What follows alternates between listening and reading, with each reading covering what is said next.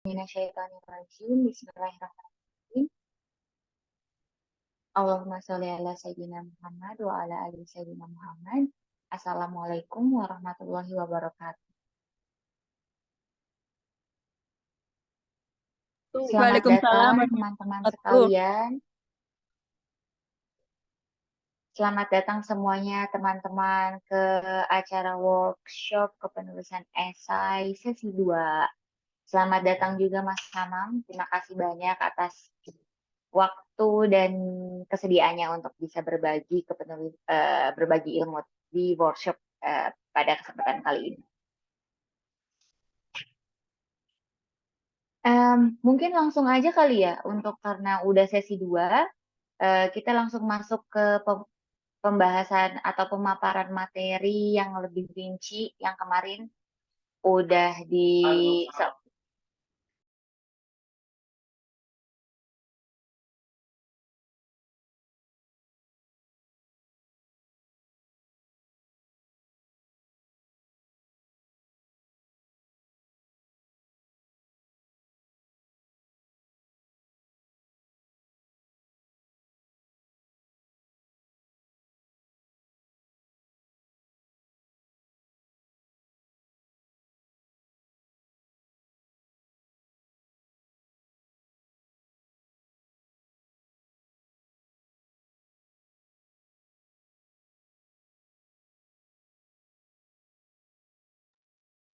Halo,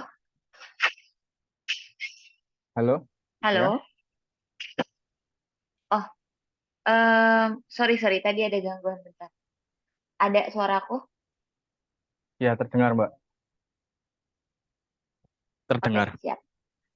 Silah kepada Mas Hamam untuk pemaparan materi pada hari ini, kami persilahkan. Baik, terima kasih Mbak Salsa dan teman-teman IP Iran yang sudah memberikan kesempatan. Mohon maaf telat ya teman-teman, tadi kebetulan ada acara dadakan dari kantor dan molor. Awalnya estimasinya jam 7:30 udah bisa cabut, tapi ternyata tadi baru jelang jam 8 malam baru bisa kembali ke tempat tinggal. Baik, terima kasih teman-teman. Kemarin kita udah bahas lah sekilas tentang ya gimana esai, kemudian apa saja hal yang perlu diperhatikan dalam mencari ide untuk menulis esai. Nah, pada sesi kedua ini mungkin yang bakalan lebih banyak didiskusikan itu seputar gimana sih teknis-teknis menulis esai gitu. Walaupun pada dasarnya teman-teman workshop atau pelatihan singkat ya itu sebenarnya bukan jadi tools untuk bisa nulis. Workshop atau pelatihan singkat itu jadi tools untuk meningkatkan semangat untuk nulis gitu sih. Jadi bisa menulis esai atau menulis apapun ya bentuknya itu perlu konsistensi dan proses yang panjang. Itu sih kuncinya. Mungkin bisa ke slide-nya, Mbak Salsa. Slide yang tadi sudah saya kirim ke Mas Mursid.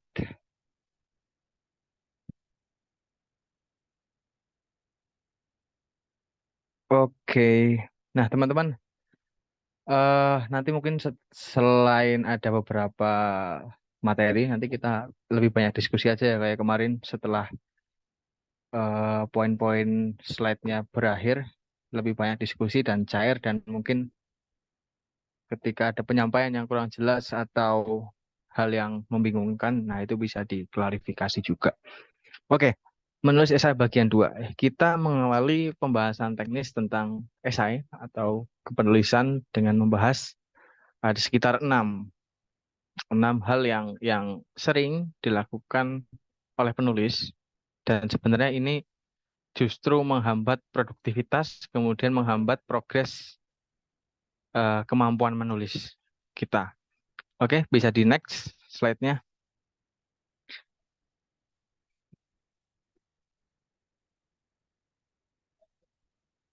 Oke, langsung aja Pak. Slide. Ada 6 poin. Nah, biar muncul sekalian. Oke, teman-teman. eh ada 6 poin ini. Ini 6 poin ini juga sempet aku sarikan juga dari beberapa diskusi di Mojok ya. Karena kemarin udah kita singgung sedikit ya. Aku dari Mojok dan kemudian Mojok itu kan berangkat dari media opini sejak 2014. Sebelum akhirnya mulai merambah banyak ke news. Nah, teman-teman, ada 6 persoalan. Mungkin lebih dari 6 sebenarnya. Cuman yang aku highlight di sini ada 6 yang mungkin bisa jadi faktor penghambat konsistensi sekaligus progres skill lah menulis. Pertama ini terlalu berusaha terlihat pintar, teman-teman. Terutama untuk tulisan-tulisan yang nantinya ini akan dipublikasikan, baik di blog pribadi, ataupun di media sosial, ataupun di media massa. Blog pribadi, bagaimanapun, itu kan bisa diakses orang lain ya, kecuali misal dibuat private. Tapi pada prinsipnya kan blog pribadi juga bisa diakses orang banyak, apalagi media massa dan kemudian media sosial. Nah, teman-teman, kemudian selanjutnya ada bahasa yang dakik-dakik. Nah, ini maksudnya gimana sih? Mungkin ini istilah yang Jawa banget ya, istilah bahasa dakik-dakik. Tapi intinya kita menggunakan bahasa yang terlalu tinggi lah, dan sebenarnya tidak selalu tepat penggunaannya karena berbagai faktor yang akan kita bahas nanti. Kemudian terlalu banyak referensi. Nah, pada beberapa jenis penulisan, referensi atau sumber itu penting. Misalnya kita nulis skripsi, tesis, segala macam. Itu jadi elemen yang sangat krusial ya. Akan tetapi kalau konteksnya esai, teman-teman, terlalu banyak referensi, ini justru membuat tulisan kita jadi kurang hidup dan juga kurang melihatkan corak personalitas yang kemarin kita bahas, singgung di sesi pertama. Karena esai kan ada 2 poin utama ya kalau kemarin kita diskusikan itu. Pertama adalah ada persoalan atau ada isu, yang kedua adalah ada sisi personal yang ditunjukkan dalam tulisan itu. Nah, nomor 4 ini kurang lebih nyambung dengan nomor 3 ya. Nah, sumber banyak banget, kemudian sumber-sumber itu tidak diartikulasi secara tepat. Jadi tulisan esai yang akhirnya cuman menggabungkan pendapat-pendapat dari orang lain tanpa apa sih sebenarnya yang mau kita sampaikan gitu, itu nggak jelas. Yang kelima, menjadi penulis sekaligus editor. Ini persoalan juga, nanti kita bahas. Dan yang keenam, tidak memberi masa tunggu. Maksudnya, setelah kita nulis nih, ketika misal kita nulis untuk media massa nih, setelah nulis 5 menit, oke kita baca skimming sekilas, langsung kita kirim. Nah, artinya itu nggak ada masa tunggu setelah kita nulis menuju menuju fase kita ngirim atau kita publish di medium kita sendiri. Nah, ini 6 hal yang sederhana terlihatannya, cuman ini cukup berpengaruh untuk progres menulis buat teman-teman yang mungkin sedang berupaya konsisten untuk menulis. Boleh di next. Yang pertama tadi soal terlalu berusaha terlihat pintar atau terlihat tahu banyak lah ya teman-teman. Tentang ingin terlihat pintar, idealnya sekompleks apapun gagasanmu, ya, gagasan yang kamu tuangkan dalam tulisan, gagasan itu seharusnya itu ditulis supaya bisa jadi lebih sederhana dan lebih mudah dipahami banyak orang. Gitu. Artinya menuliskan adalah sebenarnya proses selain kita berusaha menceritakan apa yang kita pikirkan, apa yang kita alami secara terstruktur, itu juga proses gimana kita membuat orang lain juga paham dengan apa yang kita pikirkan dan apa yang kita alami gitu loh. Nah, ketika kita ingin terlihat apa ya, tahu banyak, kemudian ingin terlihat menguasai banyak hal dalam satu tulisan, padahal penempatannya kurang tepat, nah itu justru nanti buat orang yang baca itu bingung. Bahkan bukan hanya orang yang membaca, kadang-kadang gitu teman-teman, ketika kita nulis ya, ini sering dialami siapa aja sih yang nulis, entah itu untuk ke tulisan populer gitu maupun tugas-tugas misal untuk keperluan akademis. Kita membaca tulisan kita 6 bulan lalu atau 1 tahun lalu. Kadang-kadang kalau saya pribadi ini mikir kayak, wah ternyata kok bingungi juga ya tulisan gue saat itu gitu. Dari ketika kita udah jauh nih jaraknya dari masa kita nulis, kita baru menyadari, oh ternyata ada kecenderungan kita pengen dianggap tahu banyak hal gitu, ketimbang yang sebenarnya kita ketahui gitu. Nah, kemudian ini nyambung ke poin kedua, tentang ingin terlihat pintar. Bisa di next. Tentang ingin terlihat pintar atau terlihat menguasai suatu hal, itu biasanya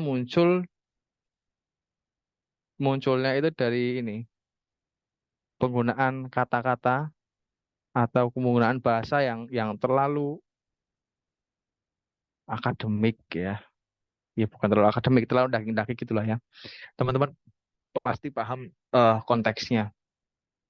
Jadi misal kita ngomongin apa harus pakai bahasa yang bahkan kita sendiri saat nulis perlu ngecek di KBBI mungkin ya, atau di kamus ini sebenarnya kata ini artinya apa gitu. Jujur saya juga sering mengalami atau sering melakukan hal itu pada masa lalu gitu.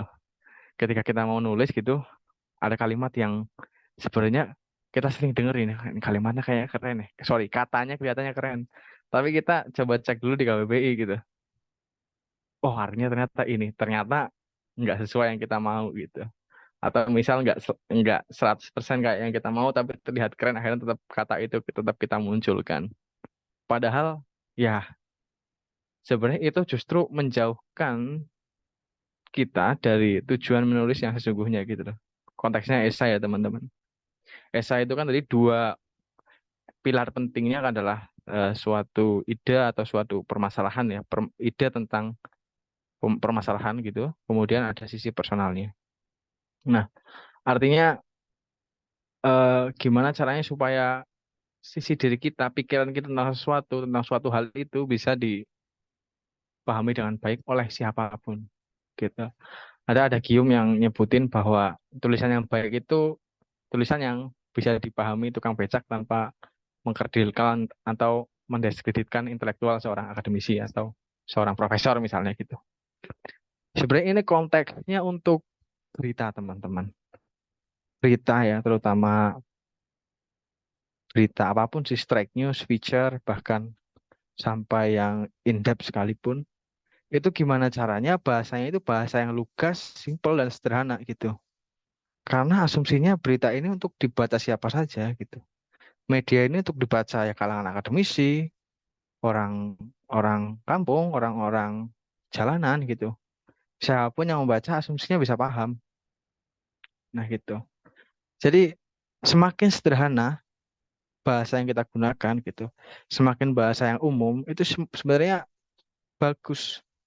Bukan malah apa ya tulisan kita jadi kelihatan biasa aja. Enggak juga sebenarnya. Gitu. Itu yang kedua. Yang ketiga bisa digeser.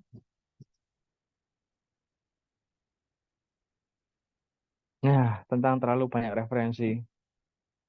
Bikin pusing dan orang ingin segera beranjak. Misal kita nulis esai ya, dengan banyak, oh menurut ini, menurut itu, mengutip dari sini, mengutip dari situ, gitu. Itu justru bikin orang ingin segera beranjak. Nggak bisa dipungkiri ya.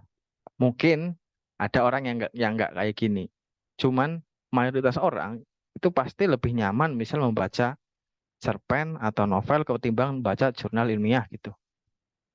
Itu lazimnya ya. Tapi mungkin ada yang hobi banget baca jurnal gitu pasti ada.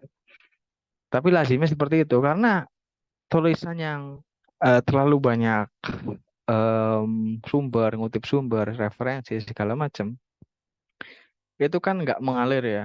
Kemudian apa, minim sentuhan-sentuhan emosional dari penulis. Nah, esai yang terlalu seperti itu justru kurang menarik. Nah, teman-teman ketika membaca, misal contoh-contoh esai yang kemarin kita kulik bareng, itu esai-esai yang mengambil referensi atau mengambil kutipan dan segala macam itu seperlunya dan secukupnya.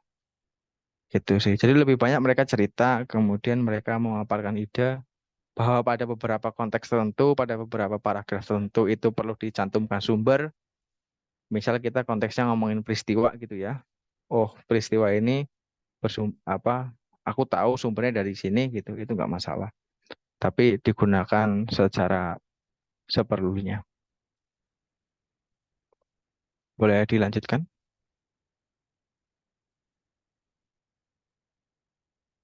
Nah, ini teman-teman, ini jadi kendala yang sangat menghambat produktivitas. Sebenarnya ini ada kaitannya sama yang di poin pertama tadi. Pasti hampir setiap dari kita ketika ingin membuat karya lah, konteksnya ini karya ya, nggak harus tulisan, yang untuk dipublikasikan dan bisa ditonton oleh orang banyak, kita pasti pengen bikin masterpiece gitu ya. Sesuatu yang menarik, sesuatu yang bikin orang takjub, kagum, dan segala macam. Tapi kadang-kadang ambisi untuk jadi seperti itu menghambat produktivitas. Padahal kualitas hampir tidak mungkin dicapai tanpa adanya produktivitas. Artinya adanya konsistensi dulu gitu loh selama kurun waktu yang panjang sehingga menghadirkan, memunculkan sebuah kualitas. Nah, dalam konteks menulis, saya sendiri ngerasain ketika nulis sambil ngecek terus, wah ini paragraf ini enak nggak ya, kalimat ini enak nggak ya. Akhirnya satu tulisan 1.000 kata itu sekitar tiga halaman Word itu baru jadi dalam waktu 3 jam gitu. Itu kan sangat lama lah untuk ukuran orang yang setiap hari dituntut nulis banyak artikel gitu. Nah, akhirnya ya belakangan saya memutuskan buat oke lah aku nulis aja dulu, nulis sengalirnya gitu. Nah, kemudian dibaca lagi atau diedit nanti gitu loh. Setelah tulisan itu selesai. Itu dijamin deh, itu menghemat lebih banyak waktu ketimbang teman-teman nulis 2 paragraf, cek, paragraf kedua jelek, hapus. Mulai lagi 2 paragraf lagi jadi 3 paragraf, paragraf ketiga jelek, hapus. Dan seterusnya akhirnya itu sangat menghambat. Nah itu teman-teman, ketika teman-teman polanya masih gitu, terutama dalam kepenulisan esai ya, nah ini teman-teman akan memakan, menghabiskan banyak waktu dan ketika proses menulis itu lama, akhirnya kita bosan juga, kemudian nggak menghasilkan banyak tulisan dan segala macam. Rata-rata penulis-penulis misal, oh, teman-teman kalau misal ngikuti anu direktur Mojok gitu ya, Mas Putut AI itu penulis, itu kan hampir setiap hari dia bikin caption di Instagram. Dan kadang-kadang captionnya itu panjang. Bukan kadang-kadang, sering kali. Itu bisa captionnya itu mungkin 300-an kata atau 500 kata. Itu bisa jadi satu berita. Dan itu biasanya saya sempat tanya, Mas kalau nulisnya gitu berapa lama? Ya sekali duduk lah 5 menit, 10 menit. Artinya cepat gitu. Semakin cepat kita nulis, semakin cepat kita bisa menghasilkan banyak tulisan. Semakin banyak kita nulis, ya ada kaitannya sama kualitas kita yang semakin improve. Walaupun ada variabel-variabel lain yang perlu juga ditingkatkan selain itu. Nah, next. Yang selanjutnya ini masih nyambung juga sama tentang menjadi editor dan menulis dalam sekali waktu. Yang keenam yaitu tidak memberi masa tunggu. Nah, itu tadi teman-teman. Walaupun ya em, kita tadi disarankan untuk menulis cepat, artinya menulis dulu kemudian baru ngedit. Idealnya proses ngeditnya jangan langsung kayak kita ngedit, kita nulis 5 menit kemudian kita langsung edit. Ketika seperti itu akan banyak error-error di tulisan, baik itu typo ataupun kalimat yang kurang logis dan segala macam yang nggak berhasil kita pindai gitu. Mungkin misal kita ketika mau nulis ke media itu pasti ada gatekeeper. ada editor, kemudian yang akan mengedit tulisan kita. Tapi editor pun nggak bisa 100% memindai seluruh kesalahan kita kemudian memperbaikinya. Gitu. Artinya kita tetap harus berlaku sebagai editor dari tulisan kita, tapi beri jeda setelah menulis. Saya sendiri sering ngalamin, ketika habis nulis, oke, saya nulis, selesai, karena saya ngerokok gitu ya. Biasanya satu rokokan gitu. Terus habis itu tak baca lagi. Terus aku, wah, tulisannya oke nih gitu. Nah, baru kemudian setengah jam atau 1 jam setelah tulisan itu jadi gitu, saya baca lagi lah untuk kedua kalinya, baru sadar ternyata misal typonya masih banyak banget. Kemudian ada kalimat yang kok nggak enak dibacanya, ada pengulangan kata dalam satu kalimat yang sama dan segala macam. Jadi perlu ada masa tunggu setelah kita selesai nulis. Supaya apa? Supaya kita lebih clear, lebih bisa jernih dalam melihat tulisan kita sendiri. Gitu. Memang hampir semua lah orang yang baru selesai nulis, terus kemudian membaca tulisannya sendiri itu kayak masterpiece gitu. Tapi sejam kemudian dia baru menyadari bahwa ternyata banyak sekali celah atau lubang-lubang dari tulisan itu yang sebenarnya perlu diperbaiki. Jadi nomor 5 dan 6 ini sebenarnya saling berhubungan juga. Bahwa menulis perlu cepat dan jangan ngedit sambil menulis, tapi tetap perlu kita edit setelah tulisan itu selesai. Dan ketika mengedit atau membaca ulang, berilah jeda. Gitu. Seenggaknya kita udah keluar dari kepusingan atau kesuntukan dalam menulis, kita jeda sejenak, ngapain itulah, sholat atau ngapain, nah habis itu kita baru baca lagi, insya Allah kita udah kayak lebih jernih melihat apa yang perlu diperbaiki dari tulisan kita. Begitu, itu seenggaknya 6 hal lah yang sering menghambat produktivitas sekaligus menghambat progres menulis kita. Konteksnya nggak hanya esai, ini bisa dalam berbagai konteks lah kepenulisan. Oke, boleh di next. Oke, kita bahas teknis tentang kalimat ya. Esai atau produk tulisan yang lain ya. Produk tulisan lain yang baik itu menggunakan kalimat yang ringkas dan jelas. Nggak terlalu banyak koma, nggak terlalu banyak anak kalimat gitu. Sehingga pembaca itu bisa baca satu kalimat dalam satu tarikan nafas. Gitu. Itu yang sering diibaratkan lah. Jadi ketika satu paragraf kok ternyata satu kalimat, itu kan orang kan baca kayak tanpa jeda, teman-teman. Sampai ngos-ngosan. Nah, itu bisa jadi indikator paling gampang untuk memindai apakah kalimat kita tuh udah enak, udah ideal apa belum dari bacanya itu loh.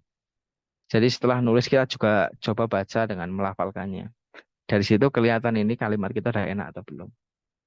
Nah, jadi kalimat yang enak itu kalimat yang ringkas, yang padat dan jelas. Ada istilah yang saya ingat dari dosen saya, dosen dulu ngajar penulisan feature, KISS istilahnya, keep it simple and short gitu, untuk menulis sebuah kalimat. Nah, kemudian ada juga, saya pernah dapat juga dari guru saya tentang ini, nggak tahu ini sumbernya dari mana, tapi kalau dipraktikkan kok masuk juga menurutku. Jadi kata yang enak dibaca itu maksimal 12, kalimat yang enak dibaca itu maksimal terdiri dari 12 kata. Tapi ketika lebih dari 12 kata itu mulai nggak enak nih. Mulai baca kalau kita melafalkannya itu mulai ngos-ngosan gitu. Gitu. Jadi tentang kalimat kurang lebih gitu sih. Upayakan terutama esai ya teman-teman. Ini kan esai kan harus ngalir, kudu dibaca tuh kudu enak. Jadi kalimatnya usahakan jangan panjang-panjang. Next, ini ada contoh salah satu penggalan esai dari Mas Iqbal Aji Daryono. Ini esai di Detik. Nah, teman-teman bisa lihat, walaupun misal beberapa kalimat ada apa namanya, anak kalimatnya, ada komanya gitu, tapi potongannya itu masih enak dan kemudian masih nggak terlalu panjang gitu. Nggak ada satu paragraf itu cuma satu kalimat gitu. Dan paragrafnya juga nggak terlalu panjang-panjang. Paragraf idealnya ya, kalau di media online teman-teman, paragraf itu paradigmanya beda kayak misal nulis untuk kepentingan akademis gitu atau nulis ya dengan kepentingan akademis ya. Biasanya kan satu paragraf itu satu ide pokok gitu. Nah, kalau di media online itu satu paragraf itu ya kayak ya udah kayak jangan dibuat terlalu panjang. Pokoknya kalau misal di Mojok itu 3 sampai 5 baris aja itu udah mentok gitu. Nggak lebih dari itu. Karena kalau kita pelajari apa habit dari pembaca digital, itu kan capek mereka kalau baca paragraf yang terlalu panjang. Selain kalimat, paragraf juga jangan terlalu panjang gitu. Nah, teman-teman, ini di cara membuka esainya, ini juga nanti bisa relate nih nanti. Ini kan pakai kutipannya. Relate sama pembahasan kita nanti tentang membuka esai. Jadi intinya esai itu kalimatnya nggak usah terlalu panjang-panjang. Simple, padat, dan jelas. Meskipun teman-teman setiap penulis itu punya karakternya masing-masing.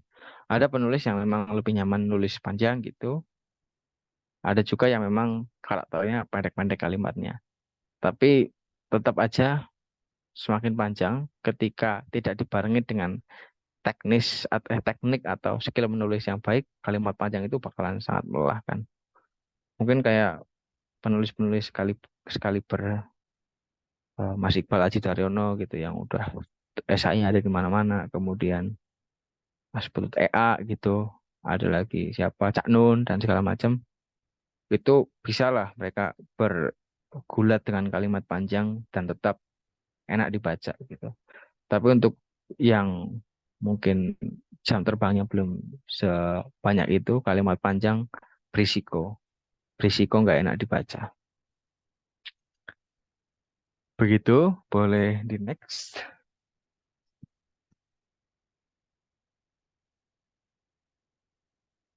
Selanjutnya itu soal,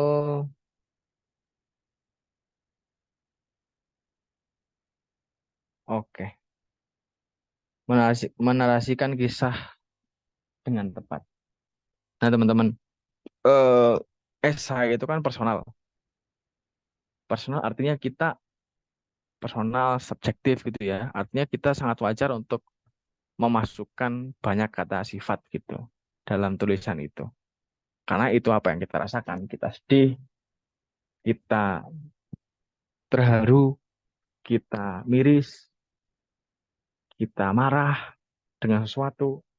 Itu wajar-wajar aja untuk disampaikan di tulisan, diuraikan di tulisan. Tapi sebenarnya penggunaan kata sifat juga harus tepat gitu. Nggak bisa kita mengobrol kata sifat terlalu banyak gitu. Sedih, marah, segala macam. Tapi misal kita mau mengungkapkan kesedihan kita, kebencian kita bahkan terhadap sesuatu, kita bisa menggunakan teknik ya naratif atau deskriptif dalam menggambarkan suatu hal gitu. Misalnya em, kita mau mendeskripsikan Iran itu sebagai negara yang indah gitu. Bukan dengan bilang Iran tuh indah banget, gile gitu. Buset gitu. Kayak misal apa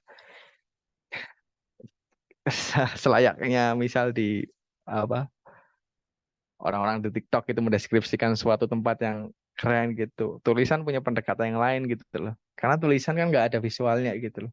Jadi pembaca itu eh, membayangkan misalnya di konteks keindahan Iran ya. Itu dari apa yang teman-teman tuliskan Kalau teman-teman menuliskan mengulang-ulang kata indah, menawan, mempesona, ini asumsikan orangnya belum pernah lihat foto-foto tentang Iran ya. Ya orang nggak bakal tergambar ini keindahannya seperti apa sih. Lain halnya ketika teman-teman ingin menegaskan bahwa Iran itu negara yang indah, tapi dengan menggambarkan misal arsitekturnya eh, bergaya lama dengan karakter semacam ini, semacam ini, semacam ini gitu. Terus kontrol alamnya seperti ini, gurunya seperti ini, meskipun cuacanya panas, tapi ketika sore menjelang malam seperti ini dan segala macam. Jadi menggunakan deskripsi-deskripsi seperti itu. Itu bukan hanya untuk ketika menggambarkan keindahan ya teman-teman. Tapi bisa juga dipakai untuk esai-esai yang misal mengkritik sesuatu gitu. Atau membahas permasalahan eh, politik, miskinan dan segala macam gitu. Orang nggak bakal tergerak atau terenyuh hatinya ketika membaca tulisan yang terlalu banyak mengobrol kata sifat gitu. Pemerintah bengis, pemerintah kejam, pemerintah jahat gitu. Itu kan kata-kata sifat. Tapi kekejaman itu seperti apa gitu loh. Misal ada ratusan anak tergeletak di pinggiran Jakarta, mereka kelaparan, muka mereka apa namanya kusam, tampak seperti belum mandi berhari-hari bahkan berminggu-minggu gitu. Ini contoh aja ya. Dengan deskripsi semacam itu, orang tuh lebih tergerak dan kemudian baru setelah itu kalian masukkan apa istilahnya gagasan atau apa yang ingin kalian sampaikan atau suara kalian setelah mendeskripsikan persoalan itu. Jadi mengenai chapter ini, penggunaan kata sifat itu meskipun ini tadi ya, kita sepakat bahwa esai itu personal, esai itu tingkat subjektivitasnya tinggi, tapi tetap kata sifat perlu digunakan pada tempatnya gitu. Ada cara-cara lain untuk menggambarkan situasi, keindahan, kebengisan, apa kebobrokan selain menggunakan tadi kata-kata tadi. Oke, itu ya teman-teman. Kita boleh next.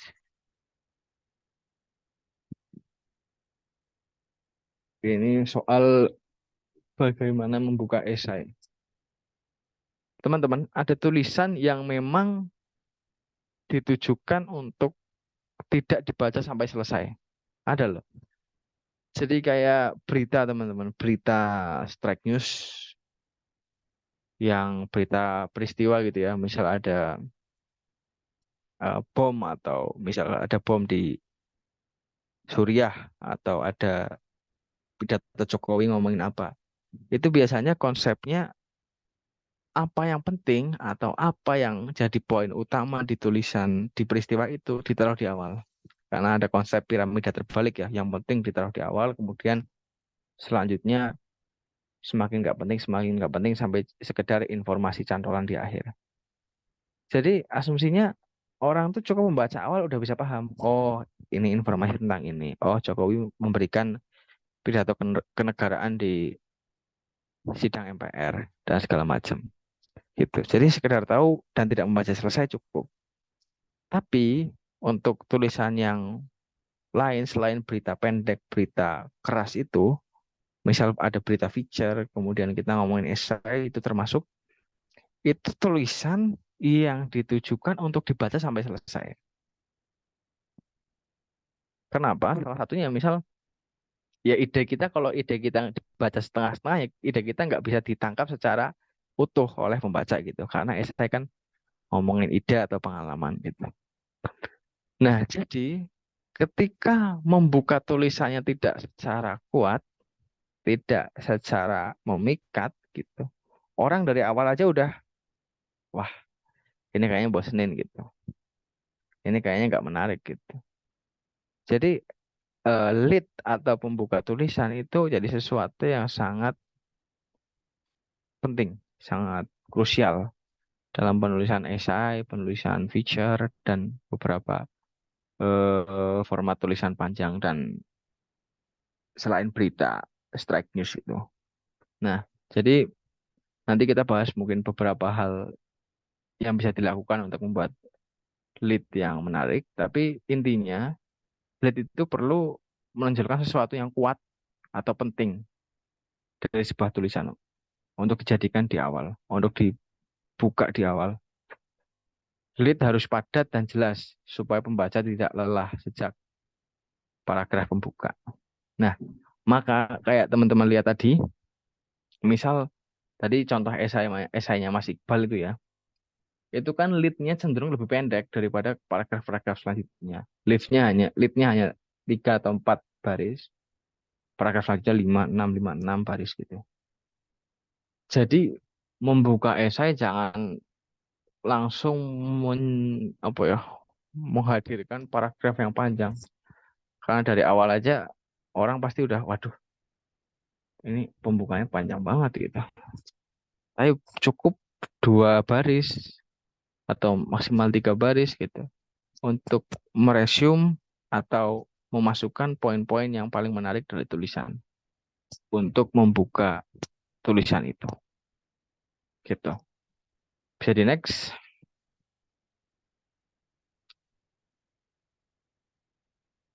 Jadi ini ada beberapa siasat membuka esai. Tapi kita next dulu ke slide selanjutnya dulu, Mbak. Ini ada contoh dulu. Ini ada esai ringan sebenarnya, teman-teman. Ini esai judulnya Cara Unik Mengontrol Rasa Marah oleh Putut EA. Ini sebenarnya di pembahasan bawah-bawahnya itu ya dia menceritakan selain juga dari beberapa sumber yang ia pernah baca tentang pengalamannya mengelola rasa marah. Coba dibaca lead-nya. Ini buatku lead yang lumayan enak.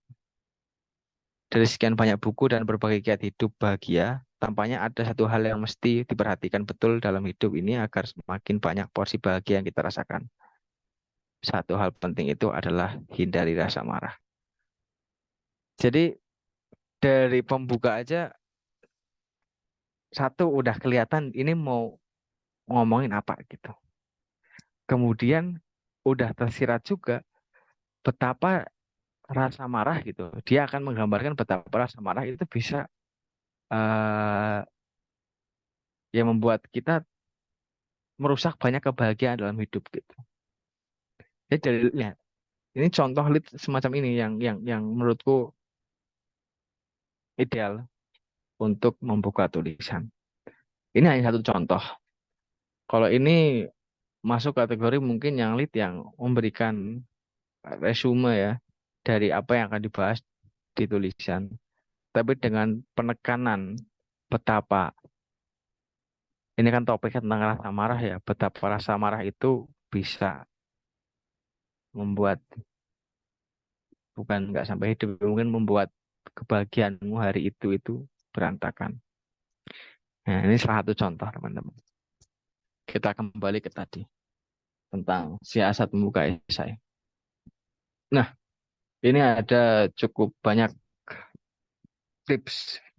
Ini bahkan belum semua ya, seperti tadi, seperti sebelumnya. Ini hanya beberapa yang saya coba sarikan dari sumber-sumber. Nah, kayak tadi tulisannya Mas Putut itu adalah buat saya ya, itu cara yang kayak poin pertama, yaitu menghadirkan kesimpulan atau pernyataan yang kuat tentang topik yang akan dia bahas di tulisan, yaitu rasa marah dan bagaimana mengontrolnya. Gitu. Ini mungkin salah satu cara yang paling umum digunakan oleh penulis-penulis esai. Karena sudah pasti dia tahu harusnya ya apa yang hendak dia tulis dan apa yang hendak dia tekankan dalam tulisan itu. Sehingga tinggal itu ditonjolkan di awal tulisan. Nah, persoalannya kan kadang-kadang kita nulis pun kita belum tahu apa yang mau benar-benar kita suarakan atau mau benar-benar kita ungkapkan dalam tulisan itu. Ketika kita paham, ketika kita mengetahuinya, insya Allah sih bisa lah menggunakan cara pertama. Kemudian yang kedua adalah menggunakan kutipan. Nah, ini banyak contohnya. Orang-orang yang menulis esai dan membukanya dengan sebuah kutipan. Tentu kutipannya bukan sembarang kutipan gitu. Kutipannya kutipan yang kuat, yang penting lah dalam tulisan itu. Dan sesuai konteksnya dengan apa yang mau dibacakan, apa yang dituliskan. Kayak tadi misalnya Mas Iqbal Aji Daryono itu membuka dengan sebuah kutipan tentang apa tadi ya, museum atau pameran itu kan. Nah, itu. Dan banyak esai-esai lain juga yang sering membuka tulisannya pakai kutipan juga. Tapi kutipannya memang harus diperhatikan apakah kutipan itu kuat, kemudian apakah kutipan itu benar-benar mampu menggambarkan kekuatan dari tulisan yang penulis ingin tonjolkan. Selanjutnya adalah data yang menarik minat. Di banyak esai juga, termasuk opini-opini yang reaktif terhadap suatu isu, itu banyak yang membuka pakai data. Gitu. Oh, sebentar. Ini balik lagi kutipan-kutipan yang memikat. Kutipan yang memikat ini bisa juga kutipan-kutipan yang janggal gitu ya, teman-teman. Misal, seringkali politikus-politikus itu kan melontarkan pernyataan yang eh, unik gitu atau menjengkelkan terkait isu-isu yang sebenarnya menyangkut kepentingan publik. Nah, itu juga sering digunakan untuk membuka esai. Oke, balik lagi ke poin 3, data yang menarik minat. Nah, ya sering ya teman-teman pasti juga sering misal baca di koran atau di mana opini di koran itu seorang buka tulisan dengan data. Cuman nggak semua data itu layak atau menarik untuk dijadikan pembuka sebuah tulisan. Ada banyak faktor yang menentukan. Pertama mungkin aktualitas data gitu. Ketika data yang teman-teman asumsikan sudah banyak diketahui orang, kemudian ditaruh di awal tulisan, ya itu nilainya tidak jadi menarik lagi karena orang-orang udah tahu gitu. Kecuali teman-teman bisa langsung menambahkan konteks apa gitu terkait datanya. Itu. Jadi pertama datanya memang harus data yang masih jadi topik perbincangan atau masih jadi perhatian orang.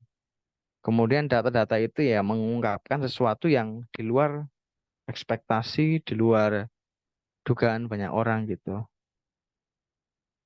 Misal kemarin yang menarik itu di Twitter itu di Indonesia ya, sempat jadi trending topik juga tentang prostitusi online di Jogja. Yang ternyata harga rata-ratanya paling mahal di Indonesia gitu. Itu kan agak bertolak belakang misalnya dengan eh, gaji pekerja di Jogja yang UMR-nya termasuk rendah di antara atau paling rendah di antara kota-kota besar lain di Indonesia gitu. Jadi data dari CNBC itu akhirnya banyak digunakan buat membuka eh, opini atau juga berita-berita bahkan di media lain selain CNBC. Nah, data itu selain kemarin konteksnya baru, itu jadi data yang unik yang di luar ekspektasi orang-orang. Orang-orang mungkin mikir prostitusi online pasti di Jakarta, di kota paling gede di Indonesia, kota paling banyak sisi gelapnya gitu. Tapi ternyata CNBC mengungkapkan bahwa itu di Jogja. Itu salah satu contoh lain. Jadi mungkin dua itu sih tentang apa yang perlu dipertimbangkan untuk menggunakan data di sebagai lead dalam sebuah tulisan. Yang pertama aktualitasnya, yang kedua tentang seberapa berdampak data itu kemudian seberapa unik atau mungkin memicu pertanyaan data itu buat para halayak. Nah, selanjutnya bisa juga jadi peristiwa gitu. Membukanya dari peristiwa.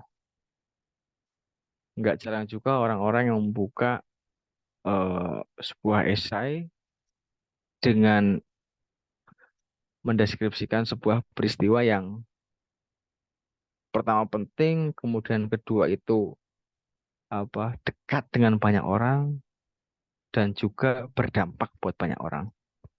Jadi peristiwa itu bisa juga jadi pembuka esai.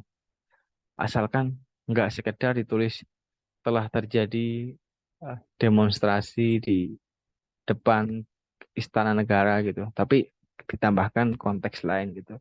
Demonstrasi itu kenapa atau mengapa terjadi demonstrasi itu dan itu disampaikan di pembuka.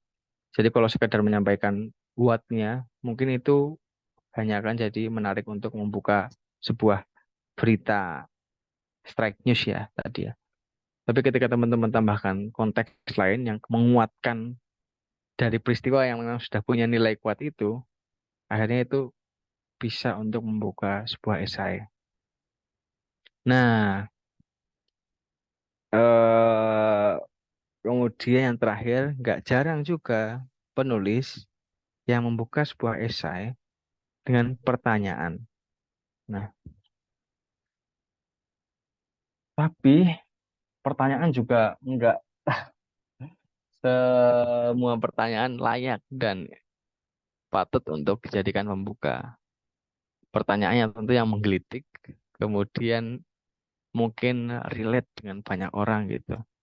Aduh, tapi aku belum nemu contoh-contohnya yang untuk disampaikan, di apa namanya, dicontohkan. Tapi intinya pertanyaan pun bisa jadi jalan untuk membuka sebuah esai, gitu teman-teman.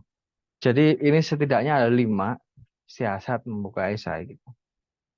Tentunya ini disesuaikan dengan apa yang hendak kalian tulis atau teman-teman tulis. Misal tadi kita mau bikin esai ringan tentang apa tadi ya, kita konteksnya ngomongin tadi sempat ngomongin keindahan kota Tehran di Iran gitu. Mungkin eh, kalau bukannya pakai data itu kurang menarik, pakai peristiwa kurang menarik. Mungkin bisa jadi pernyataan yang kuat, pakai kutipan juga kurang menariknya. Mungkin antara pernyataan atau pertanyaan kita bisa langsung menyatakan bahwa Tehran ternyata punya ini yang tidak dimiliki semua ibu kota negara di Timur Tengah, misalnya, dan segala macam. Nah, itu ya teman-teman, siasat membuka esai. Kita boleh next.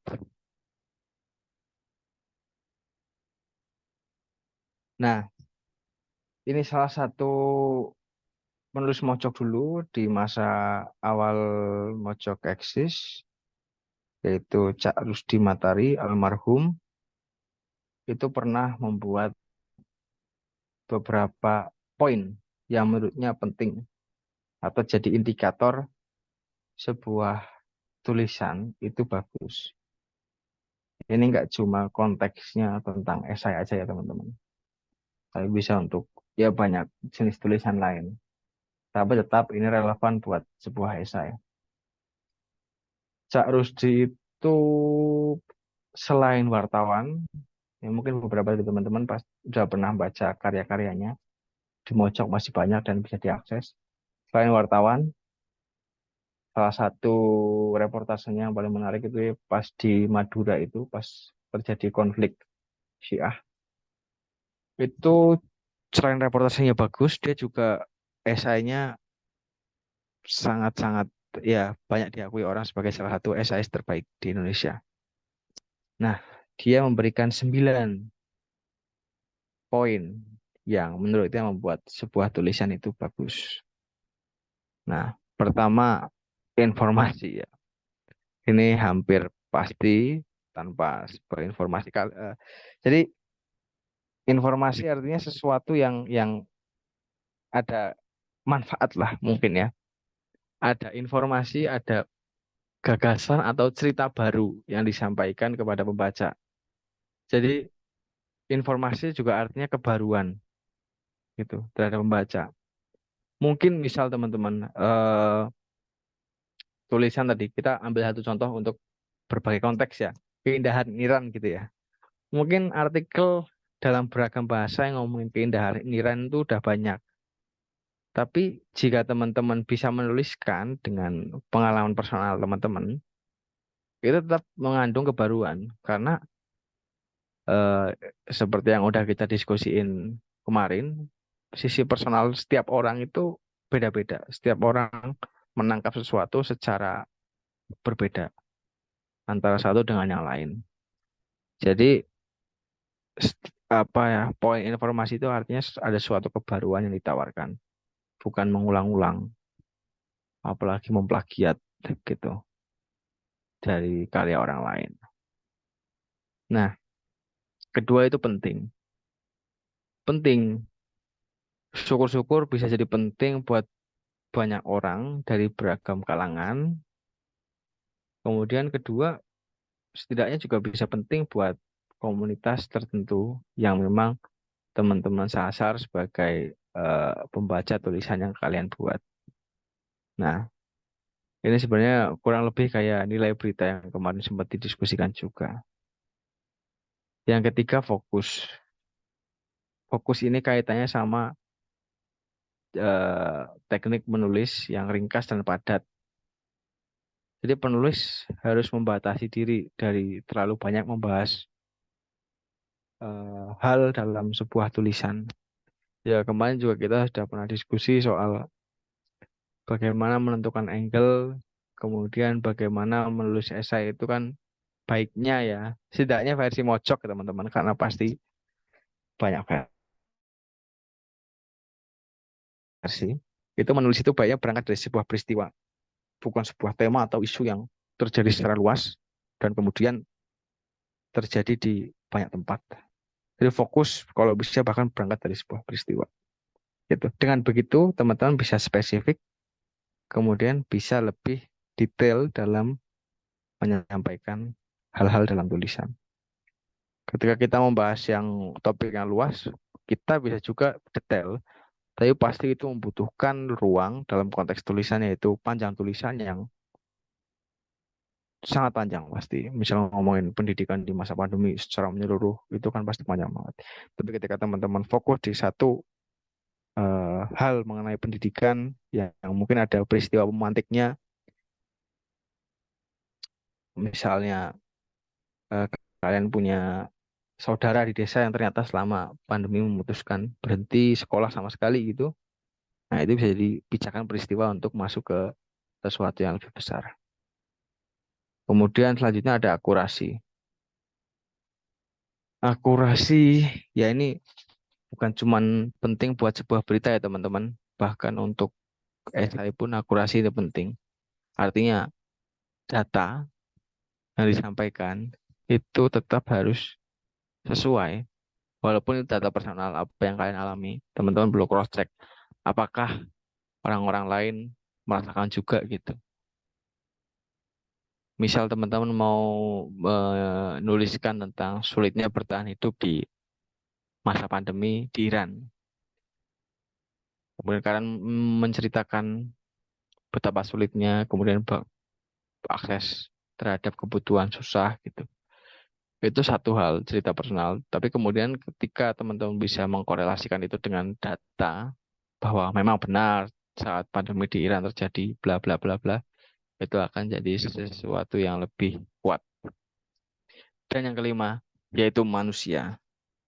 Apa-apa yang menyangkut manusia itu pasti lebih menarik buat manusia, gitu. Nah, makanya dalam nilai berita teman-teman, dari kemarin kan ada 7 yang kita diskusikan, dari mulai penting sampai unik. Ada satu yang sebenarnya luput, yaitu human interest.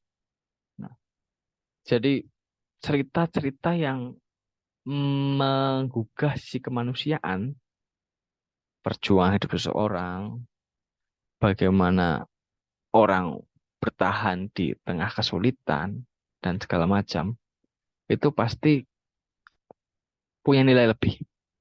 Nah, esai juga bisa memasukkan konteks itu. Salah satu caranya, itu nyambung lagi ke tadi, tentang bagaimana kita menuliskan kisah itu melalui cara deskriptif dan naratif tadi. Jadi dengan dua cara itu, dengan cara deskriptif, kita bisa lebih memunculkan sisi manusia, kemanusiaan. Kita mau ngomongin struggle-nya orang, ketika kita berulang kali pakai kata sifat, itu nggak kuat.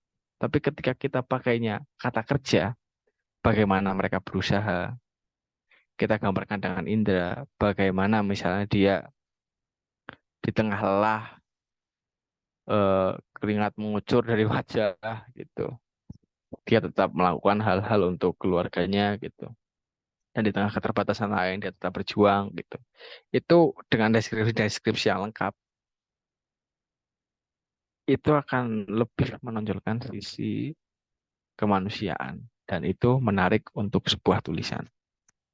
Jadi human interest itu juga jadi hal yang bikin tulisan semakin baik. Kemudian konteks. Nah, jadi ini sebenarnya relevan. Jadi teman-teman kalau lihat di media sosial ya, aku memperhatikan ada media menarik, Historia, itu media sejarah. Dia itu ketika ada isu tertentu, apapun itulah isu politik, isu sosial, dia bisa merespon dengan tulisan-tulisan tentang sejarah. Tulisan-tulisan tentang sesuatu yang udah lampau. Tapi ternyata punya konteks dengan situasi terkini itu. Gitu. Misal apa ya contohnya? Tapi adalah, nah segala sesuatu itu kita bisa cari konteksnya. Kayak kemarin saya jadi ingat ketika saya diskusi gitu.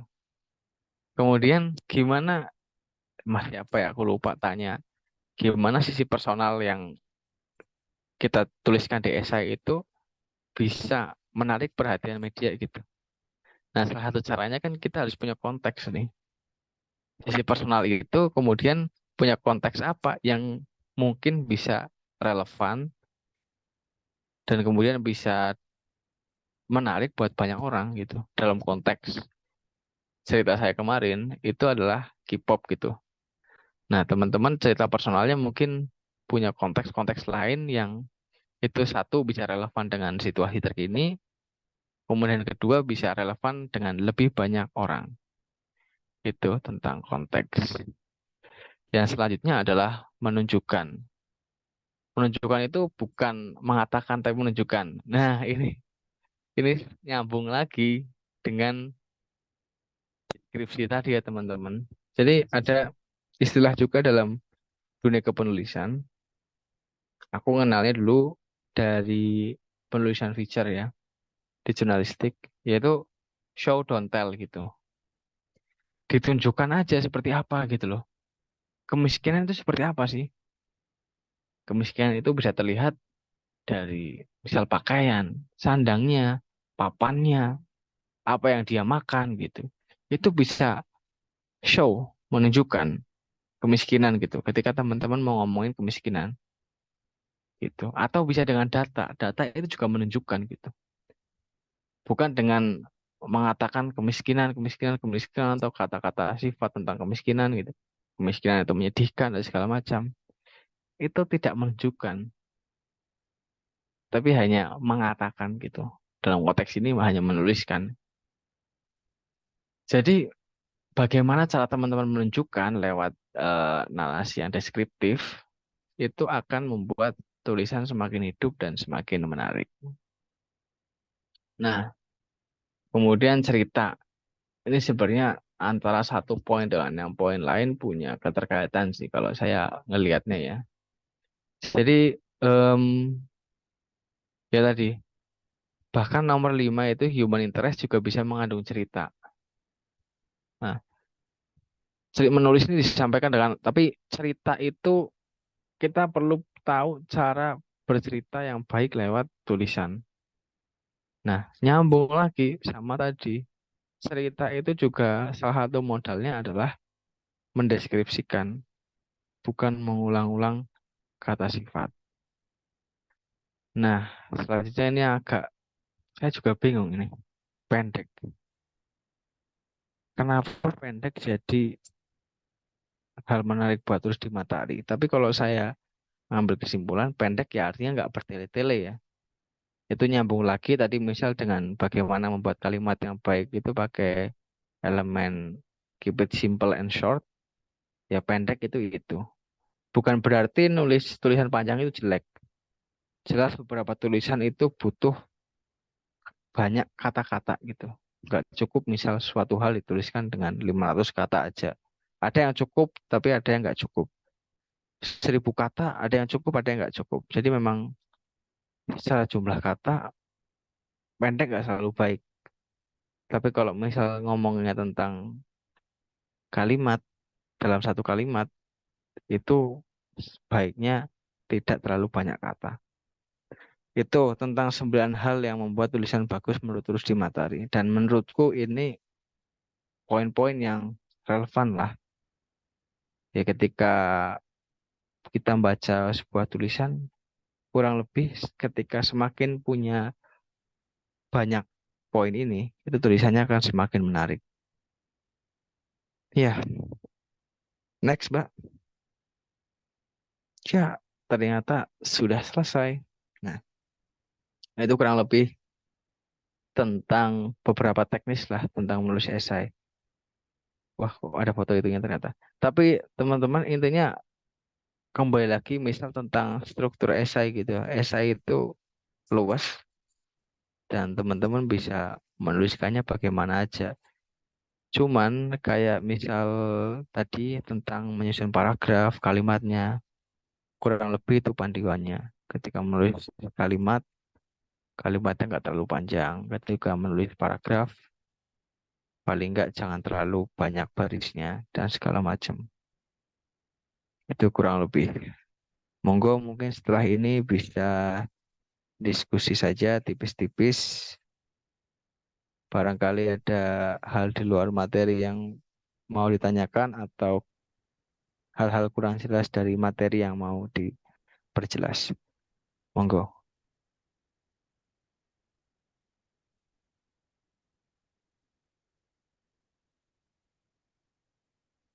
Terima kasih banyak kepada Mas Hamam atas pemaparan materi yang sangat bermanfaat. Aku tekankan lagi ke teman-teman siapa yang ingin bertanya dan atau berkomentar. Aku ada pertanyaan sih. Menulis itu kan tentang sebenarnya menulis apapun ya gitu. Atau misalnya kalau dari anak remaja itu kayak diary gitu ya, latihannya tuh menulis diary. Terus kadang-kadang kita tuh seiring berjalannya waktu dan bertambahnya informasi, kita tahu ada tahapan atau kepenulisan yang tingkatnya lebih sulit lagi dari itu gitu. Nah, kadang ketika kita tahu ada yang lebih bagus atau misalnya ada yang lebih sulit, itu apa ya, sulit untuk menuangkan perasaan gitu. Karena kan tentang menuangkan pikiran, menuangkan emosi yang tadi Mas Hama bilang mungkin penulis ada sisi marah atau misalnya keresahan. Nah, itu tips atau menurut Mas Hamam bagaimana sih langkah awalnya gitu? Karena maksudnya nggak semua orang bisa untuk bisa seluas itu meluangkan pikiran dan emosinya. Hmm.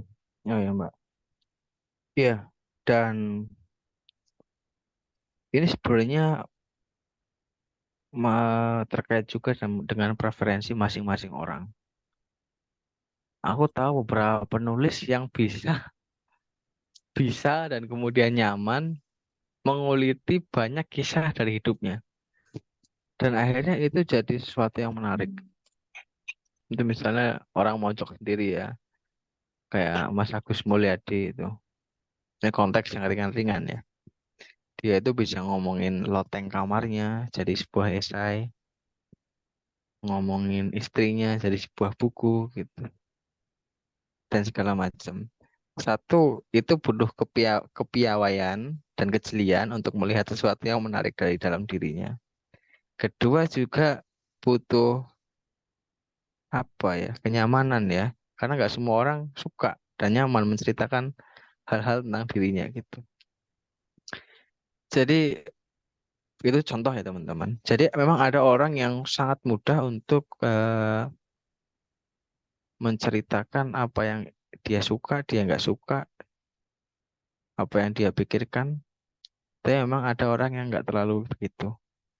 Tapi ketika kita ngomongin konteks nulis dan pengen bisa nulisin lebih banyak hal tentang apa yang kita pikir, menurutku satu, nggak ada jalan lain selain konsisten. Jadi coba dulu nulis tentang, ya barangkali kalau misalnya kita nyamannya dari sesuatu yang menurut kita penting, tulis dulu. Kemudian kita carikan konteks yang dekat dengan diri kita gitu. Misalnya gimana sih aku ngerasain dampak dari Indonesia kan baru aja ini kan Pertamax kan naik lagi ya, BBM non subsidi kan naik lagi. Bagaimana aku merasakan dampak itu. Itu sederhana gitu. Tapi itu bisa dikaitkan dengan sesuatu yang penting.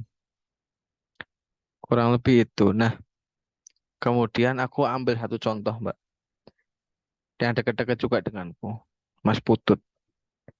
Itu pernah suatu ketika di masa awal dia belajar, dia punya exercise yang menarik. Dia itu tadi kan ada cara dengan menceritakan dirinya ya, hal-hal yang berkaitan dengan dirinya. Tapi karena dia penulis fiksi, dia pernah exercise dalam kurun waktu berapa bulan gitu. Dia menulis semua hal yang ada di sekitarnya. Benda, konteksnya benda. Ada kipas angin, ada lampu, ada jendela gitu. Dia buat dari jadi satu tulisan utuh. Aku nggak tahu mungkin saat itu dia cerita itu satu lembar buku atau satu halaman atau satu lembar ya. Kalau satu lembar kan artinya 2 halaman. Tapi dia konsisten setiap hari menulis itu. Artinya dari situ dia bisa terlatih untuk menulis apa saja gitu. Bahkan dari benda-benda itu kan kemudian bisa kita ceritakan korelasinya dengan diri kita. Misal lampu, dia nyeritain lampu. Mungkin dia ngomongin wujud lampu di kamarnya bohlam atau neon gitu ya. Kemudian dia bisa menceritakan mungkin masa kecilnya dulu dia pernah mengalami hidup tanpa listrik sehingga nggak ada lampu di rumahnya gitu misalnya. Dan segala macam. Kemudian bisa nyangkut ke hal yang penting gitu ya. Misal, oh ternyata bahwa dia orang Rembang gitu. Ternyata listrik baru masuk Rembang kan tahun sekian gitu. Dari topik sederhana tentang lampu di kamarnya gitu. Tapi dari situ dia bisa kemudian terlatih untuk menulis apa saja gitu. Itu sebagai contoh. Poin pentingnya tadi balik lagi bahwa kemampuan itu bisa dicapai atau bisa dikuasai dengan mencoba dan mencoba konsisten. Itu sih Mbak, menurut saya. Oke, kata kunci konsisten. Terima kasih banyak Mas Hamam atas Yes. bimbingannya. Ya.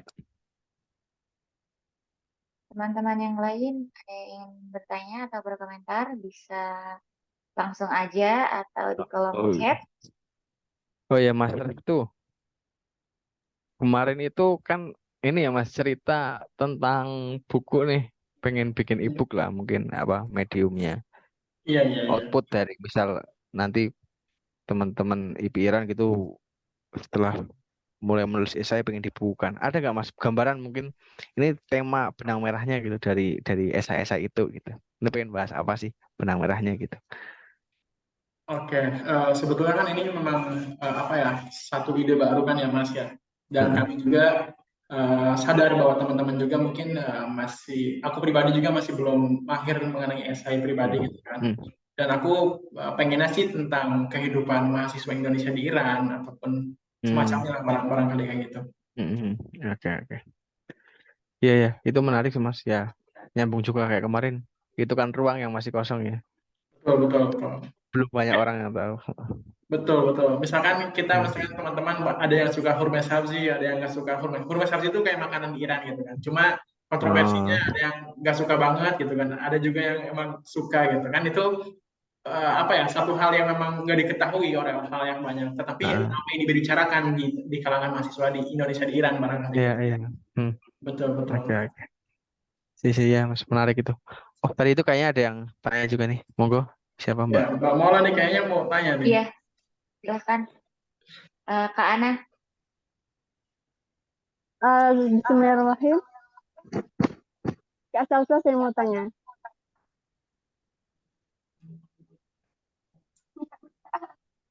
Halo, Iya, nanya aja. Iya, Halo Mbak, silakan, silakan.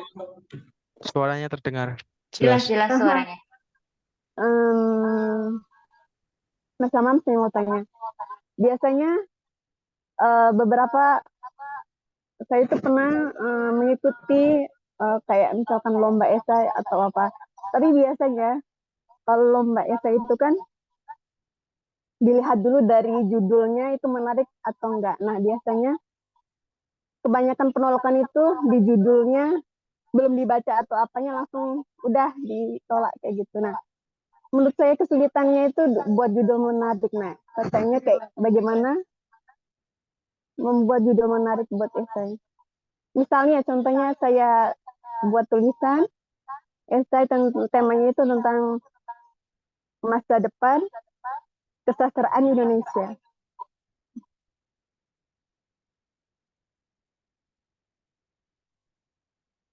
Terima kasih. Geli. Mau matiin dong, ah. Mas Hamam masih di mute kayaknya. Oh iya iya ya, sorry. Nah, ini aku jadi ingat sempat ada sebuah formulasi Mbak tentang judul. Tapi ini konteksnya seperti apa sih judul yang banyak dibaca orang gitu. Sebentar, aku punya materinya. Wait.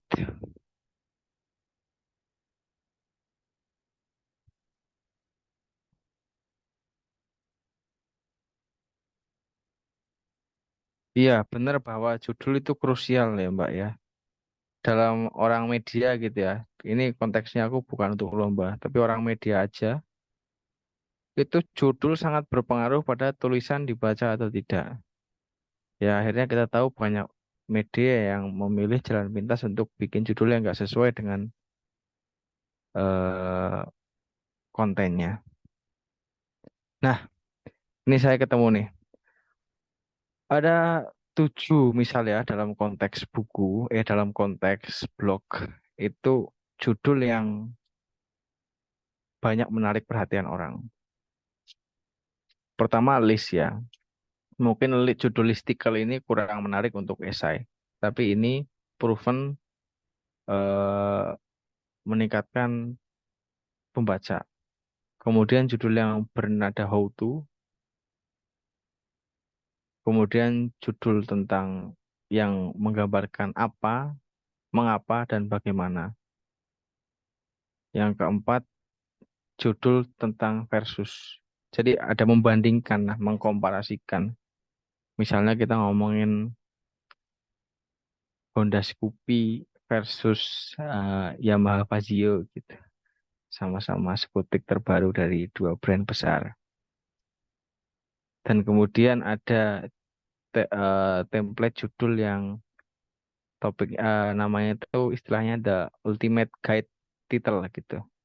Jadi contohnya inilah cara untuk eh, mahir bahasa Arab dalam waktu singkat gitu. Judul-judul seperti itu tuh biasanya meningkatkan minat baca orang. Dan kemudian ada juga judul yang istilahnya itu the devil's advocate title gitu. Jadi kenapa misalnya di Indonesia itu ada buku self improvement, seni untuk bersikap bodoh amat gitu. Itu laris banget. Saya belum baca jadi nggak tahu apa isinya. Tapi dari judulnya aja itu sudah bisa ketahuan kenapa laris. Karena ya konsepnya ini ya the devil advocate title gitu loh. Kayak judul-judul semacam kenapa sih ikut passion kamu itu justru bikin kamu gagal gitu. Judul-judul semacam itu tuh malah justru ngedrive orang untuk baca. Dan itu masuk dalam konteks gimana membuat judul yang baik. Dan kemudian the direct answer title. Jadi judul yang langsung memberikan gambaran jelas apa sih jawaban dari tulisan ini gitu. Misal TikTok itu punya 5 juta pengguna. kenapa sih bisa gitu? Gitu. Kemudian Yesus itu lahir antara abad 6 atau 4 sebelum Masehi. Inilah yang kita ketahui mengenai itu dan segala macam.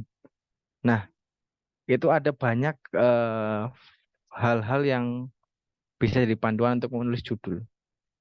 Jadi kalau konteksnya pertanyaan di judul tentang masa depan sastra Indonesia ya Mbak ya.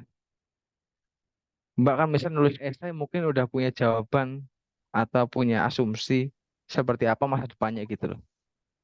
Nah menurutku cocok dengan menggunakan direct answer title gitu. Jadi langsung masa depan sastra Indonesia akan menjadi seperti ini jika tidak seperti ini. Misal semacam itu Mbak. Itu judul yang menohok dan menurutku percaya diri gitu. Mhm. Asalkan misal Mbak yakin ya dengan asumsi-asumsi atau apa yang Mbak ungkapkan di tulisan. Jadi tadi kurang lebih ada 7 itu. Kalau yang dari riset-riset di Mojok ya tentang mekanisme gimana membuat judul yang baik. Walaupun itu konteksnya blog ya Mbak ya. Tapi kan itu menarik minat pembaca. Dan itu menurutku walaupun nggak 100% bisa diaplikasikan ke banyak konteks tulisan. Gimana? Oke, makasih Mas. Oke. Apakah jelas Mbak tadi? Jelas banget.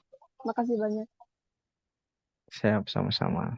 Oh ya, em, nama IG-nya Mas Hamam apa nih biar kita bisa tahu juga tulisannya kayak gimana. Kita bisa dapat inspirasi nanti buat Oh iya. tulisan. Ya sesuai namanya Mbak. Hamam Izzuddin. Hey, Oke. Gitu ya Mbak ya. Oke. Makasih Mbak. Siapa? Mona ya. Mola. Wah, Mola TV. Oke. Tadi sepertinya ada Mbak An juga Mbak ya yang mau bertanya tadi. iya Mas, ini Iya, silahkan saya Kak. mau tanya.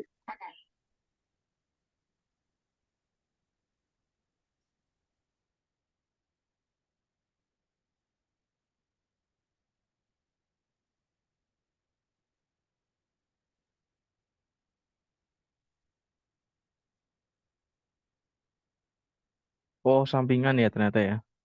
Atau Iya, enggak ini? Oh iya. udah berduaan. Halo, Assalamualaikum Bang Hamam. Mau tanya, Wah, suaranya jelas Waalaikumsalam. nggak? Jelas, jelas, jelas. Oke, karena waktunya udah singkat ya. Mau tanya singkat aja. Ini pengalaman sih, beberapa kali saya pernah ngirim ke Mojok, terus nggak diterima. Terus nggak ACC. Nggak tahu nih. Pernah sekali ke, apa namanya, ke website lain diterima. Terus coba, karena suka di Mojok ya, karena bahasanya kocak biasanya lucu-lucu gitu, nah jadi ya aku Iya. suka. Terus jadi agak apa namanya agak insecure lagi kalau mau ngirim, jadi Ah, udahlah jadi diindepin aja gitu tulisannya, ya udah nulis aja ah. di HP, di laptop kayak gitu-gitu.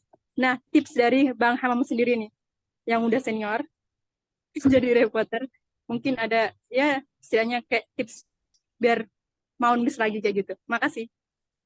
Oke, oke gitu Mbak. Sayang aku bukan ini ya, bukan di departemen opini dan esai di Mojok. Jadi nggak bisa ngotak-atik gitu kurasi tulisan esai atau opini di Mojok. Nah untuk tips ini sebenarnya Mas Mursid ini yang juga beberapa kali berhasil nulis di Mojok ini. Mas Mursid mungkin bisa cerita. Tapi intinya gini Mbak, ya eh, ditolak suatu media kemarin aku sempat nyinggung juga ditolak di media, misal ditolak di Mojok. Itu kadang-kadang bukan karena tulisannya jelek gitu.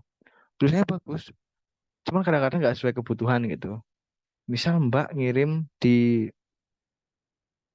hari ini gitu tentang isunya apa ya, misal tentang perempuan di Iran gitu. Tulisannya bagus, menjelaskan topiknya bagus. Tapi sayang, mungkin konteksnya di Indonesia sekarang lagi rame tentang misal politik gitu. Dan kemudian Mojok sebagai media yang kebetulan nggak punya slot banyak untuk menayangkan tulisan dalam sehari, akhirnya memilih untuk mengangkat tulisan tentang politik.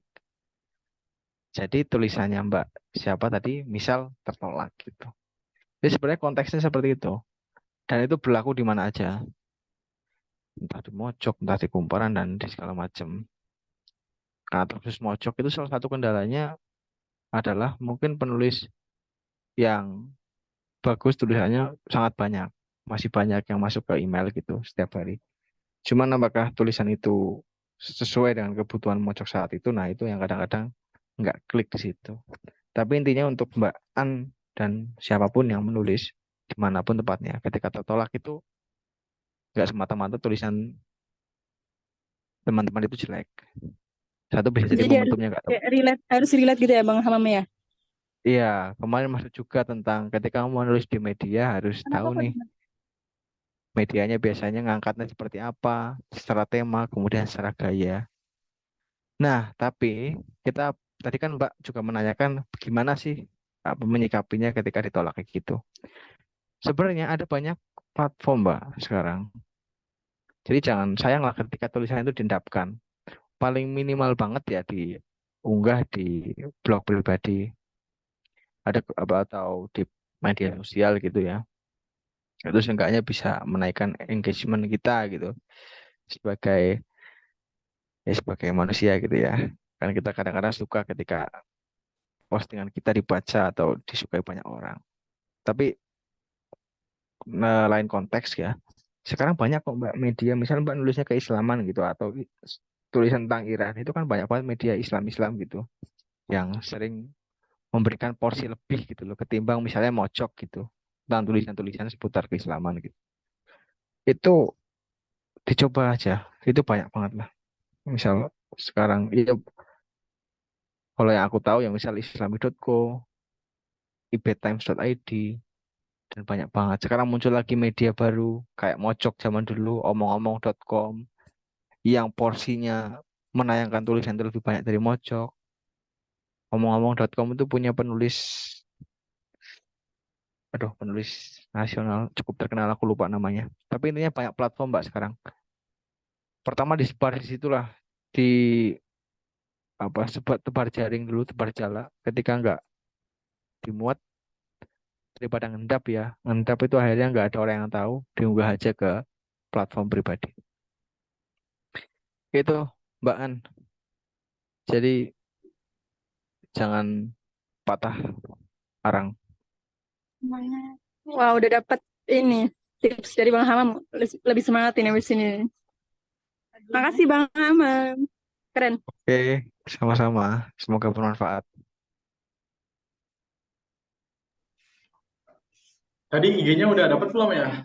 IG-nya Mas Hamam ini kayaknya belum ya. Belum dapat nih. Ya sesuai nama saya, Hamam Isudin itu. Nama banyak Bang di Indonesia yang sama. Enggak, namaku jarang ini. Berarti spesial ya. Betul. Izin tanya mungkin Mas Hamam ya. Pakai telur. Offside. Ya, monggo, Mas. Siap. Oke, tadi sempat ngulik juga sih apa namanya mengenai paragraf ya. Yang baik itu misalkan kurang dari 12 kata dan kurang baik itu lebih dari 12 kata karena mungkin jarak apa namanya capek juga kan ngomong apa namanya terlalu banyak ataupun terlalu sedikit barangkali gitu. Atau mungkin soal esai juga ada mungkin ya Mas apa namanya batasan-batasan seperti itu. Misalkan esai kurang dari 500 kata itu mungkin kurang enak dibaca atau segala macam. Kira-kira untuk esai sendiri itu idealnya berapa kata barangkali gitu Mas? Oke. Sebenarnya nggak ada patokan baku ya Mas soal itu. Tapi gini, esai kan sebenarnya cerita ya. Cerita ketika terlalu pendek itu kok kayaknya apa sih yang mau diceritain misal dalam panjang hanya 400 kata gitu. Walaupun ada esais yang nulisnya sesingkat itu gitu. Nah, kalau pakai patokan media kebanyakan ya, itu esai idealnya itu minimal 750 kata. Itu dengan asumsi dengan panjang segitu itu sudah bisa bicara satu ide atau satu gagasan secara komplit lah. Itu minimal segitu sih Mas kalau menurutku. Tapi misal kebutuhannya untuk buku itu bisa lebih panjang. Kalau di media-media kebanyakan kayak Mojok itu, esai terutama yang diterima mayoritas 750 sampai 1000 kata. Dan itu jadi panjang baku juga di banyak media gitu. Rata-rata segitu gitu. Requirement untuk esai. Walaupun gitu, rekor esai terpanjang di Mojok itu 6000 kata. Itu. Artinya esai itu luas, tapi bare minimumnya ya, dengan asumsi gagasan atau ide atau cerita itu bisa dituliskan secara runut itu ya menurutku 750, 700-an kata lah. Itu sih Mas. Itu kalau versiku ya dan versi kebanyakan media. Oke, siap-siap Mas, aman. Insyaallah kita bikin 2000 lah buat buku ya. Iya, Minimal. kalau terlalu sedikit nanti terlalu tipis bukunya Mas.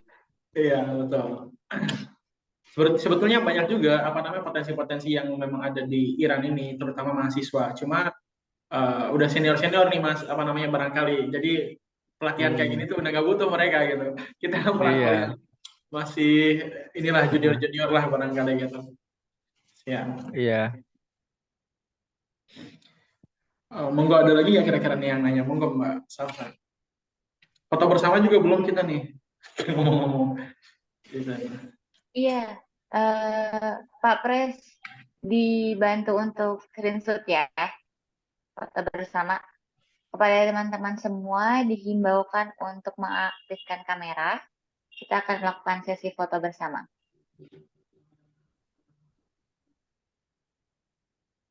Mungkin mulai. Berdua dong, Beb. Maksudnya. Oke, siap. Mbak Zara mungkin, Mbak Zara Nonafika. Aku hitung mundur ya. Ya, oke. 3, 2, 1. Lagi. 3, 2, 1. Ya, terima kasih banyak.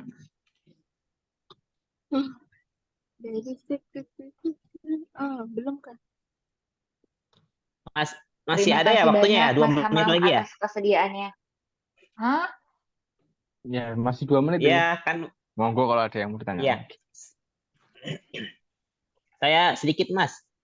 Monggo Mas. Tadi saya agak relate juga sih yang membicarakan apa? Jangan nulis sambil ngedit.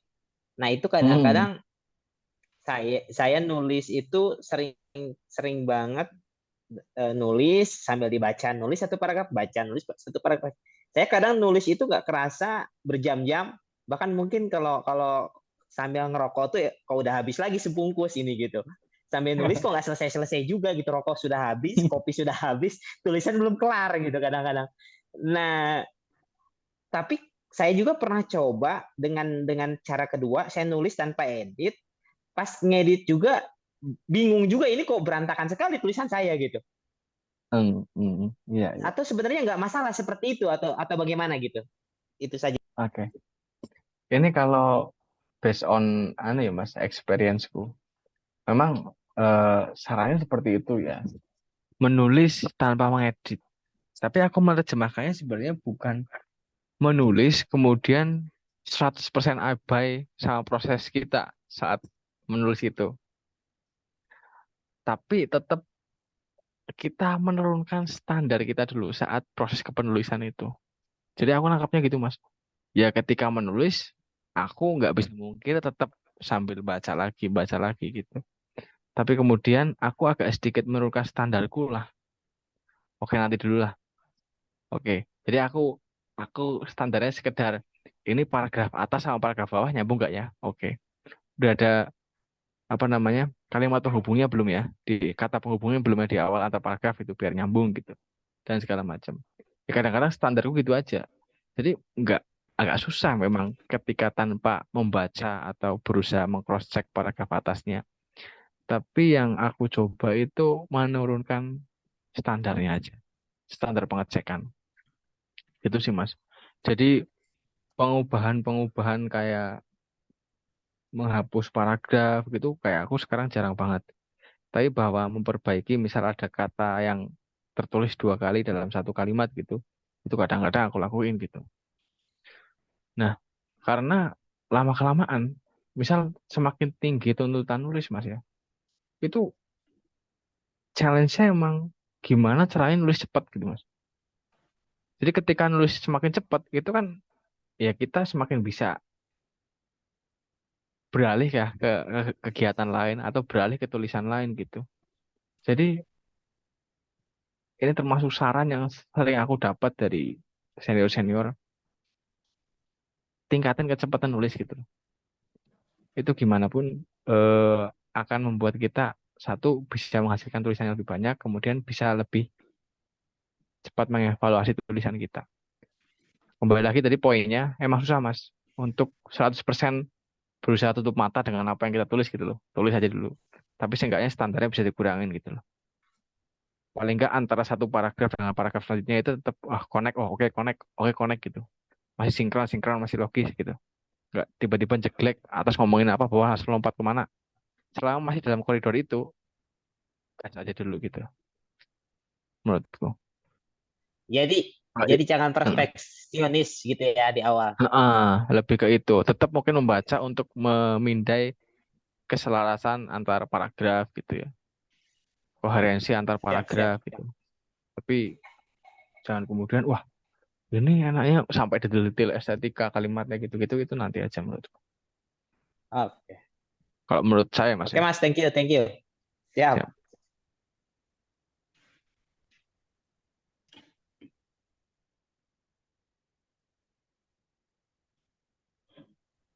Oke, terima kasih banyak atas antusias teman-teman sekalian. Kepada Mas Hama, mungkin ada closing statement untuk di sesi terakhir ini. Oke. Terima kasih teman-teman IPIRAN sudah memberikan kesempatan untuk kemudian pada dasarnya pelatihan atau workshop ini juga mungkin nggak bisa banyak berdampak. Satu karena memang mungkin saya belum bisa breakdown esai secara lebih detail. Yang kedua, pada dasarnya pelatihan apapun ya sebenarnya digunakan untuk memantik semangat aja sih. Kemudian yang selanjutnya menentukan apakah bisa menulis, apakah bisa produktif, apakah bisa menghasilkan karya yang berkualitas ya konsistensi dan kemauan buat terus mencoba. Itu saja dari saya. Baik, terima kasih banyak. Workshop pada hari ini kita tutup dengan bersama-sama mengucapkan Alhamdulillahirabbil alamin. Alhamdulillahirrahmanirrahim. Keren sih banyak. Sekian dari kami.